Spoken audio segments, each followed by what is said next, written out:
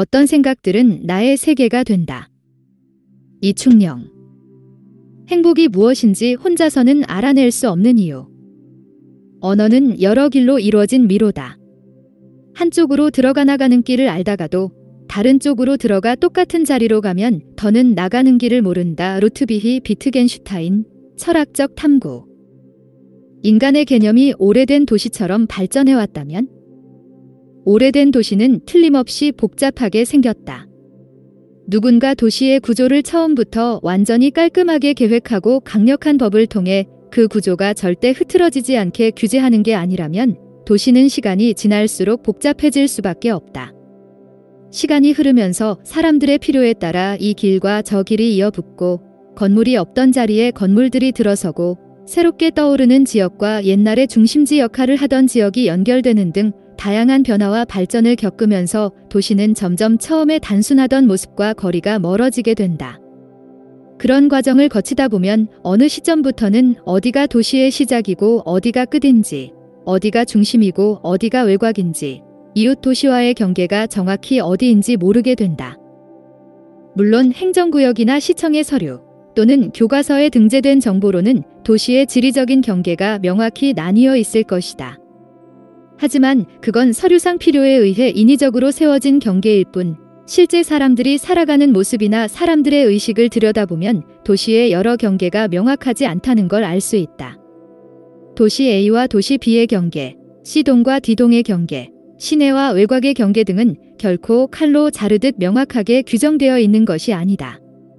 많은 경우 그 경계는 아주 흐릿하며 또한 시간이 지나면서 변하기도 하고 사람의 생각에 따라 다르기도 하다. 이처럼 오래된 도시는 서류상으로는 파악되지 않는 불명확성, 경계의 흐림, 무작위성, 변화 가능성을 품고 있다. 만약 인간이 가진 개념들이 마치 오래된 도시와 같다면 어떨까?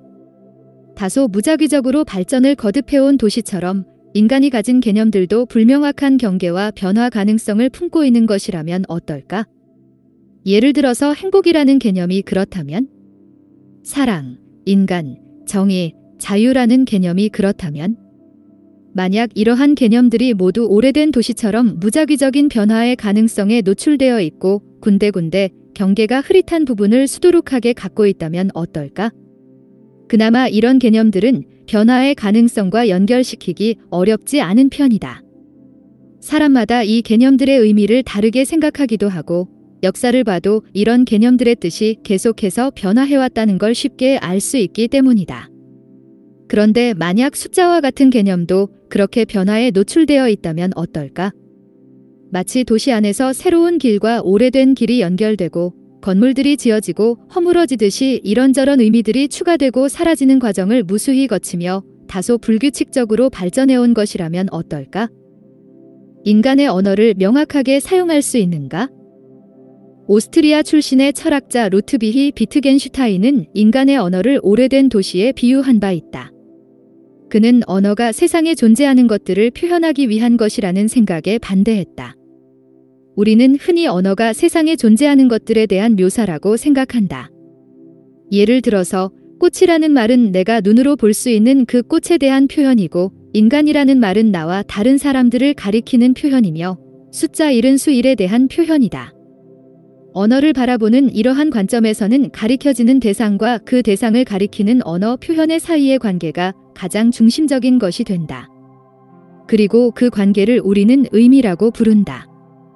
사랑의 의미가 무엇이냐는 질문을 통해 우리가 기대하는 바는 사랑이라는 말이 진정으로 가리키는 것이 무엇인지 알게 되는 것이다. 그런데 비트겐슈타인은 다르게 생각했다. 그는 언어란 기본적으로 무언가를 가리키는 것이 아니라 사용되는 것이라고 생각했다. 그의 생각에 따르면 꽃이라는 말의 가장 기본을 이루는 것은 세상에 있는 꽃을 가리키는 게 아니라 그것을 말하는 사람들의 사용이다. 예를 들어서 누군가는 꽃이라는 말을 꽃을 가리키기 위해 사용할 수도 있고 사랑하는 사람을 가리키거나 자신의 아이를 가리키기 위해 혹은 폭력에 희생당한 사람을 가리키기 위해 사용할 수도 있다. 또한 무언가를 가리키지 않으면서 꽃이라는 말을 사용할 수도 있다. 감탄하기 위해, 명령하기 위해, 놀기 위해, 그냥 아무 뜻 없이 내뱉기 위해 말을 하다가 꽃이라고 말하게 될 수도 있다. 이때 과연 무엇이 진정한 꽃의 의미일까? 올바른 꽃의 표현은 무엇일까?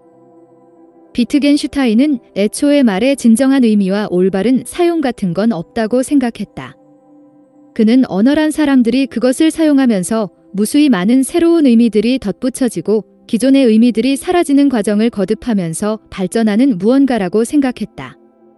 그 과정에서 하나의 개념은 기존에 생각하지 못했던 방향으로 발전할 수도 있고 다른 개념과의 경계가 흐릿해질 수도 있고 새로운 의미가 낡은 의미보다 더 강력해질 수도 있다.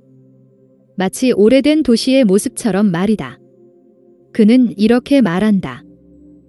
우리의 언어는 오래된 도시와 같다. 작은 골목들과 광장들이 복잡하게 굽이굽이 이어진 모습, 오래된 건물들과 새로운 건물들, 다양한 시대를 거쳐 증축된 건물들, 그리고 도시를 둘러싼 수많은 새로운 교외 지역들, 반듯하고 규칙적인 길들과 똑같이 생긴 집들. 언어에 대해 생각하는 것은 삶의 형식을 상상하는 것을 뜻한다. 비트겐슈타인의 이런 생각은 언어적인 개념에 확정적인 의미를 부여하려고 했던 기존 사람들의 생각을 확 뒤집고자 하는 시도에서 나왔다. 20세기 초까지만 해도 많은 지식인이 개념을 명확하게 정의하고 그 탄탄하게 정의된 개념에서 시작해 차곡차곡 지식을 쌓아가는 일이 매우 중요하다고 생각했다. 국가란 무엇인지, 자유란 무엇인지, 정의란 무엇인지 등에 대한 제대로 된 정의를 찾아내는 것이 가장 중요한 지적인 작업이었다. 지금도 우리는 그 흔적을 어렵지 않게 볼 수 있다. 많은 글쓰기 강사는 개념을 명확히 정의하는 일이 중요하다고 가르친다. 왜냐하면 개념이 불명확한 의미로 쓰일 경우 혼란을 초래할 수 있기 때문이다. 나는 먹는 배를 의미했는데 사람들이 타는 배로 이해하면 문제가 되지 않겠는가? 또한 신문이나 TV 시사 프로그램 같은 것을 봐도 지식인과 정치인들은 개념에 확정적인 의미를 부여하고 거기서부터 주장이나 대화를 시작하려 한다. 예를 들어서 민주주의는 국민이 주인이라는 것을 의미하잖아요. 그런 관점에서 봤을 때 국민의 권리를 빼앗아가는 상대 후보의 발언은 매우 비민주주의적입니다. 라는 말에서는 민주주의에 대한 정의를 찾아볼 수 있다. 민주주의라는 표현이 다른 의미로 사용되지 않고 오로지 자신이 규정한 의미로만 사용되도록 경계를 긋는 것이다. 물론 이런 시도는 다른 사람들과의 소통에 도움이 되는 측면이 있다. 명확한 개념의 사용은 서로의 생각을 이해하도록 도와주기 때문이다. 하지만 서로 간의 소통을 위한 것을 넘어서서 실제로 자신이 제시한 정의만이 그 개념의 올바른 의미라고 생각하면 문제가 시작된다. 그때부터 언어는 실제로 사용되는 모습과 멀어진다. 예를 들어서 실제 사람들은 민주주의라는 개념을 매우 다양하고 자유롭게 사용하고 있는데 그 넓은 스펙트럼 중에서 아주 일부분에 불과한 것만을 담을 수 있는 정의가 민주주의라는 개념 전체를 대표하는 진정한 의미라고 생각하면서 현실에서 사용하는 다양한 부분을 생략하고 자신만의 경계를 그어버리는 것은 문제가 있다. 마치 현실과 동떨어진 서류상의 도시구획처럼 말이다. 인간의 경험에는 매우 독특한 특징이 있다. 바로 지금 내 안에 떠오른 경험이 나중에 내 안에 떠오른 경험 또는 과거에 내 안에 떠올랐던 경험과 똑같은 종류의 것인지 확실하게 알 수 있는 방법이 없다는 것이다. 예를 들어서 내가 지금 행복을 느낀다고 해보자. 그럼 나는 그러한 나의 현재의 느낌에 행복이라는 언어 표현을 대응시킬 수 있다. 나는 그 언어를 통해 지금 나의 기분을 가리키고 부를 수 있다. 그리고 얼핏 생각하면 과거에 행복했던 경험을 기억하면서 똑같이 거기에도 행복이라는 이름을 붙일 수 있을 것 같고 미래에 비슷한 경험을 하게 되는 것기에도 행복이라는 이름을 붙여서 문제없이 그 경험을 가리킬 수 있을 것 같다.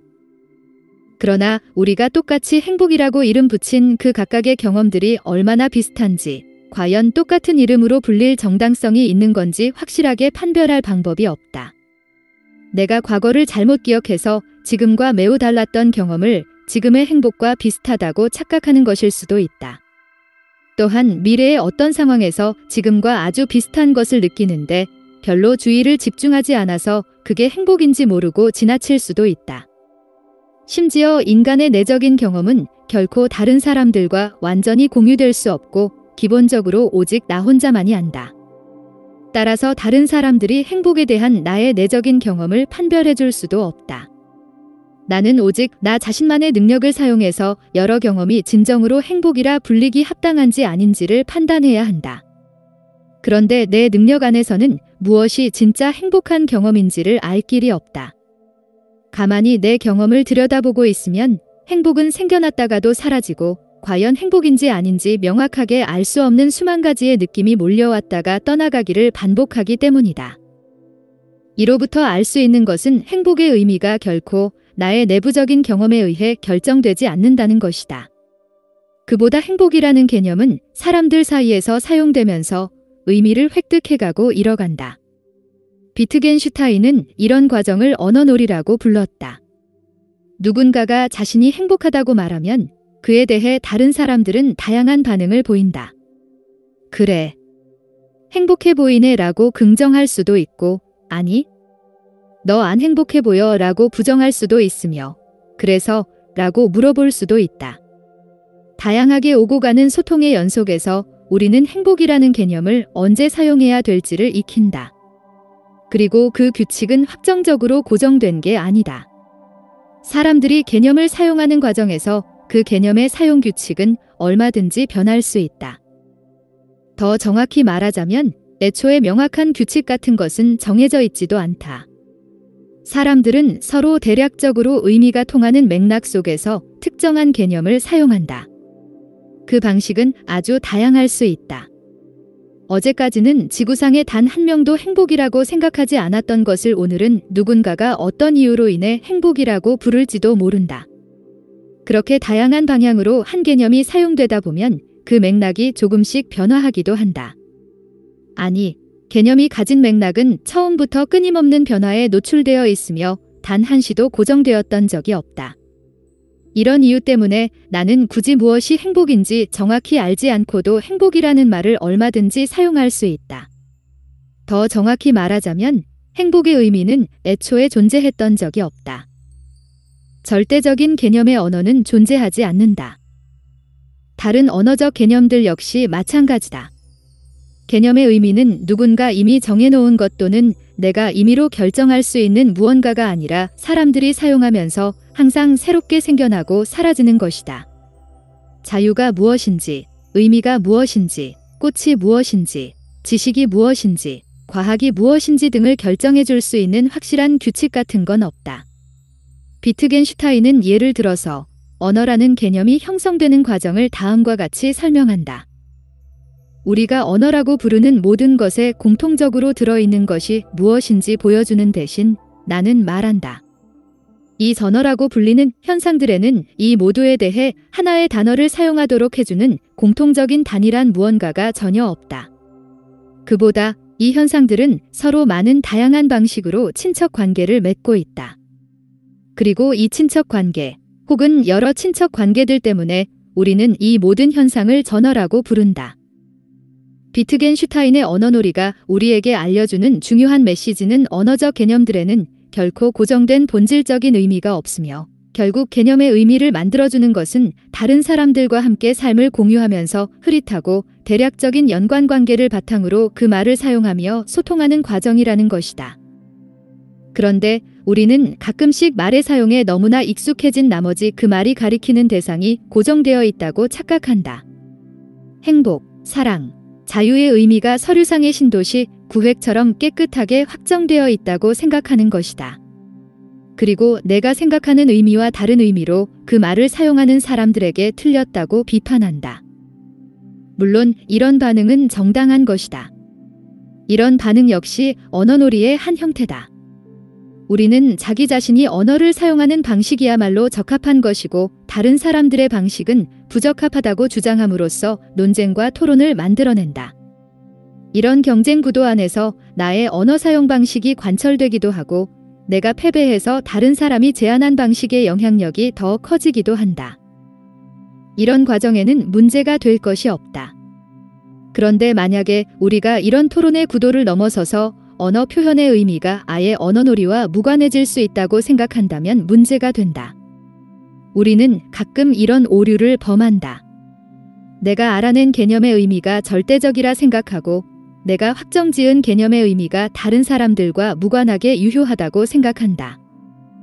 예를 들어서 나에게 행복이란 자유를 의미한다고 확정해놓고 내가 결정한 이 행복의 의미는 다른 사람들과 무관하게 나에게 절대적으로 유효하다고 생각하는 경우가 있다. 하지만 앞서 언급했듯이 내가 지금 생각하는 행복과 다른 시점에서 내가 행복이라고 생각하는 게 정말로 똑같은지 알 길이 없다. 게다가 자유도 마찬가지다. 나는 자유의 절대적인 의미를 알지 못한다. 자유의 의미는 이미 다른 사람들과의 소통 과정 속에서 변화에 노출되어 있다. 따라서 아무리 내가 행복이 자유라고 확정지어도 행복의 의미는 계속해서 변한다. 행복도 변하고 자유도 변하기 때문이다. 우리는 그런 확정된 의미 없이도 이미 행복이라는 개념의 의미를 다른 사람들과 공유하는 사용의 과정 속에서 이해하고 있다. 그리고 이것만이 우리가 그 개념의 의미를 실제로 이해하는 유일한 방식이다. 인간은 말을 하는 이상 항상 다른 사람들과 함께하는 언어놀이에 노출되어 있다. 그리고 말과 개념의 의미는 사람들이 행하는 그 놀이의 실제 과정 속에서 계속해서 변화하고 있다. 마치 도시가 서류상의 구획과 다르게 사람들의 실질적인 생활과 필요에 의해 다양한 불규칙적인 변화를 겪으며 발전하는 것처럼 말이다.